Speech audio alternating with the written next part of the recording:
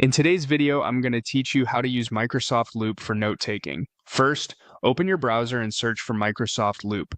In the results, choose the official Microsoft 365 page for Loop. On that page, click Get Started with Loop. Sign in with your Microsoft account or create one if you don't have it yet. It's free and only takes a minute. Once you're in, you'll land on Loop. Start by creating a new workspace or open one you already use. Think of a workspace as a container for related pages and notes. Naming it after a project or class keeps everything organized and easier to find later.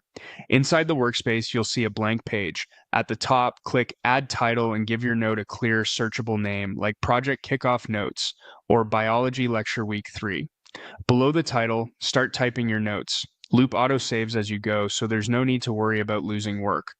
While you type, use simple formatting to make information scan-friendly. Headings for sections, emphasis for key points, and checkboxes for action items.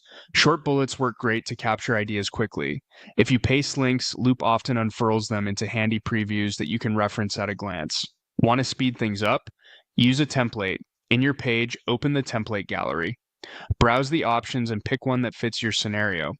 The Meeting Notes template is a great starting point because it includes sections for agenda, discussion, decisions, and next steps. Click it, then choose Use Template.